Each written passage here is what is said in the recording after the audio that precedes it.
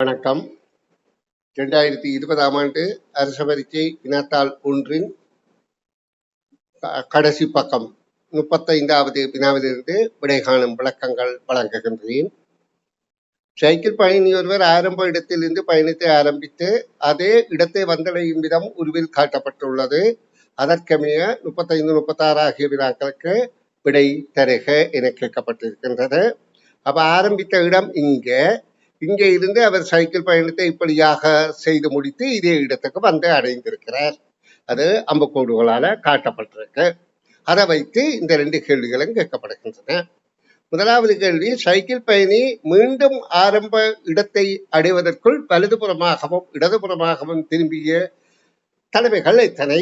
இப்படியாக போகின்ற போது அவர் இந்த பக்கம் திரும்புகிறார் என்றால் இது வலது, அதாவது இந்த பக்கம் திரும்புறது இப்படியாக. அதே போல இது இப்படியாக திரும்புகிறார் என்றால் அவர் இடது திரும்ப, இது வலது, இது வலது, இதுகம் வலது, இதுகம் வலது. அப்ப 5 தடவை வலதுபுறமும் 1 தரம் இடதுபுறமும் என்பதை நாங்க தெளிவு பெறுவோம். இப்ப வலது இடது என்பதை நாங்க கணித்துக் கொள்வதற்கு இது ஒரு கடிகார முகமாக நாங்க கருதுவோமாக இருந்தால் இந்த கடிகார முகத்திலே முள்ளு இப்படியாக சுத்தும். எங்களுக்கு தெரியும், இதான் பலன்சுழி என்று சொல்றது. அப்ப இதே மாதிரி உள்ளுக்கு நாங்கள் இதை வலது பக்கமாக திரும்புறத பார்த்தா பலம், இது வலது பக்கம். அதாவது இப்படி வந்து இப்படி திரும்புறது, இப்படி வந்து இப்படி திரும்புறது வலது பக்கம், இப்படி வந்து இப்படி திரும்புறது வலது பக்கம், இப்படி வந்து இப்படி திரும்புறது வலது பக்கம். இதுக்கு எதிரானது இதே மாதிரி ஒரு வரைபடத்தை போட்டு இதுக்கு எதிரான பக்கம் திரும்புறதா இருந்தார். இப்ப நாங்க இங்க வலது பக்கம் இப்படி பார்த்தோம், அப்ப எதிராக இந்த பக்கம் இப்படி திரும்பினால் அது இடதுபுறம் என்பதை கருத்துல கொள்ளுங்க. இப்ப பாருங்க, இது திரும்புறது இடதுபுறம், இந்த பக்கமா இப்படி திரும்பினா இது இடதுபுறம், மற்ற எல்லாம் வலதுபுறம். அப்ப கேள்விக்கான விடை 3வது பொருத்தமானது. அதே வரைபடத்தை வைத்த அடுத்த கேள்வி, சைக்கிள் பயணி மீண்டும் ஆரம்ப இடத்தை அடையும் போது பயணம் செய்துள்ள மொத்த தூரம் எத்தனை கிலோமீட்டர் என்று கேட்கப்படுது. ஆனா ഇതിന്റെ தூர அளவுகள் இங்கே தரப்படவில்லை. இந்த 2 நீளமும் அகலமும் தான் தந்திருக்கு. ஆனால் எங்களுக்கு இந்த வரைபடங்கள்ல நேர்கோடுகள் நிலைக்குத்த கிடைக்கோடாக இருக்கின்றபடியால் எங்களுக்கு தெரிய வேணும், இங்க நீளமாக இருக்கிற இந்த பக்கத்துக்கு இந்த 2ம் சமனாக இருக்கும்.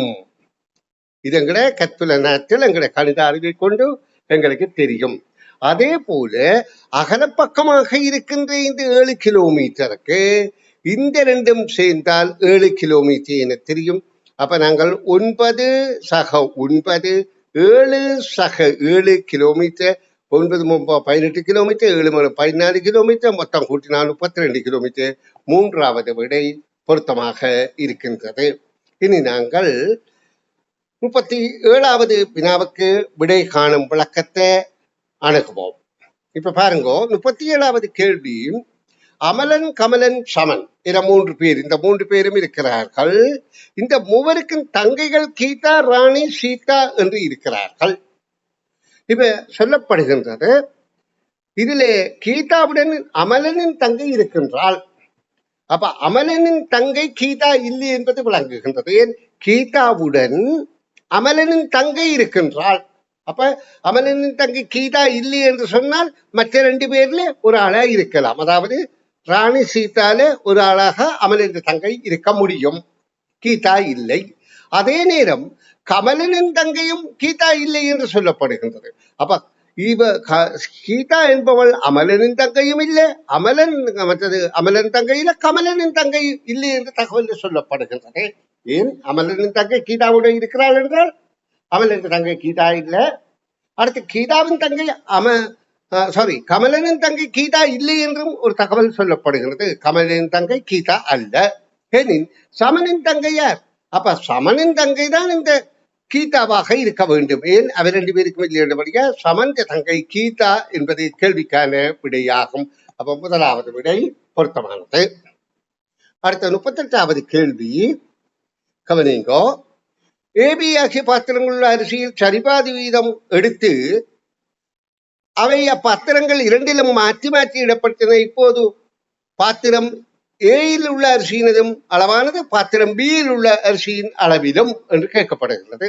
நாங்கள் இப்ப இந்த அரிசியை இரண்டாக பிரிக்கிறோம் என்றால் ஒரு எக்ஸ் இது ஒரு எக்ஸ் என வைத்துக் கொள்வோம். இதையும் இரண்டாக பிரித்தால் இது ஒரு வை இது ஒரு வை என வைத்துக் கொள்வோம். இப்ப அரேரவாசியை மற்றதுக்கு போடுகின்றோம் என்றால் இந்த எக்ஸ் இங்கே வந்து சேருகின்றது, இந்த வை இங்கே வந்து சேருகின்றது. அப்ப இப்ப இறுதியில இதுல இருக்கிறது எக்ஸும் பையும், இதுல இருப்பதும் எக்ஸும் பையுமாகத்தான் இருக்கின்றது. அப்படி இல்லைன்னா கீழே இருக்கிற பையை சொல்லி திரும்ப எக்ஸை சொல்லலாம், பையும் எக்ஸுமாக இருக்கின்றது. அப்ப இரண்டும் சமமானது என்பதுதான் கேள்விக்கான விடை ஆகும். இனி அடுத்த கேள்வியை பார்ப்போம். ராஜாவிடம் இருந்த பணத்தொகையை விட 25 ரூபாய் கூடுதலாக ஆசாவிடம் இருந்தது. அப்ப ராஜாவிடம் இருப்பதை நாங்கள் எக்ஸ் என கருதுவோமாக இருந்தால் எக்ஸ் அளவு பணம் என்றால், ஆசாவிடம் இருப்பது 25 ரூபாய் கூட என்றால் எக்ஸாக 25. ஆசா 15 ரூபாவை ராஜாவுக்கு கொடுத்தால், இதுல 15 ரூபாவை இங்க ராஜாவுக்கு கொடுத்தால் ராஜாவிடம் இருப்பது இப்ப எக்ஸாக 15 ஆகிவிட்டது. ஆசாவிடம் இருப்பது 15 இழந்து விட்டபடியால் எக்ஸாக 10 ஆகிவிட்டது. இப்ப இறுதியில கேள்வி என்ன? ராஜாவிடம் உள்ள பணத்தொகை ஆசாவிடம் உள்ள பணத்தொகையிலும், அதாவது ராஜாவிடம் இருக்கின்ற பணத்தொகை எக்ஸாக 15 ஆனது, ஆசாவிடம் இருக்கிற எக்ஸாக 10 விட 5 ரூபாய் அதிகம் என்பது கூடியதாகும் என்ற முதலாவது விடை பொருத்தமானது. இனி அடுத்த வினாவுக்கு போவோம். வட்டவடிவ ஓட்டப்பாதை ஒன்று உருவில் தரப்பட்டுள்ளது. 2 பிள்ளைகள் அதன் ஏ எனும் இடத்தில இருந்து 2 பிள்ளைகள் ஏ எனும் இடத்திலிருந்து ஒரே அடியாக புறப்பட்டு ஒரே திசையில், ஒரே அடியாக புறப்பட்டு ஒரே திசை என்றால் நாங்கள் 2 பேரும் பலம் சொல்லியாக போகிறார்கள் என்று வைத்துக் கொள்வோம். ஒரே திசையில் செல்கின்றனர். ஒருவரது கதி மற்றவரது கதியின் 2 மடங்கு எனின் அவர்கள் இருவரும் மீண்டும் சந்திப்பது எங்கே என்று கேட்கப்படுகின்றது. இப்ப நாங்கள் ஒருவருக்கு வெவ்வேறு நிறத்தை கொடுப்போம். இப்ப இவரை சிவப்பு என்றால் இவர் 2 மடங்கு வேகத்துல போகக்கூடியவர் என்றால், இவர் திரும்ப இவ்விடத்துக்கு வருகின்ற போது அந்த அரைவாசி அவரை விட குறைந்த வேகத்திலே என்றால் இவர் 2 மடங்கு வேகம், மற்றவர் இவர் இந்த அரைவாசி என்றால் அவர் இப்ப இங்கதான் நிற்பார் அரைவாசி. அதாவது வெள்ளையை விட சிவப்பு 2 மடங்கு வேகம் என்று கருதி கொள்ளுங்கள். இப்ப கேள்வி என்ன? அவர்கள் இருவரும் மீண்டும் சந்திக்கிறது எங்கே கேட்கப்படுகின்றது. அப்ப திரும்ப இந்த சிவப்பு என்பவர் இன்னொரு வட்டம் சுத்தி வந்த பிறகு இங்க வந்துத்தான் இந்த வெள்ளையானவர் திரும்ப இதே இடத்துக்கு வந்து சேர்வார். அப்ப இந்த இடத்துல இப்ப இவர் 2 பேரும் சந்திச்சிருக்கணும். அப்ப அவர்கள் சந்திக்கிற இடம் தான் இங்க கேட்கப்படுகின்றது. இந்த சந்திக்கிற இடம் இங்கே ஏ என்பது கேள்விக்கான விடையாகும். நன்று.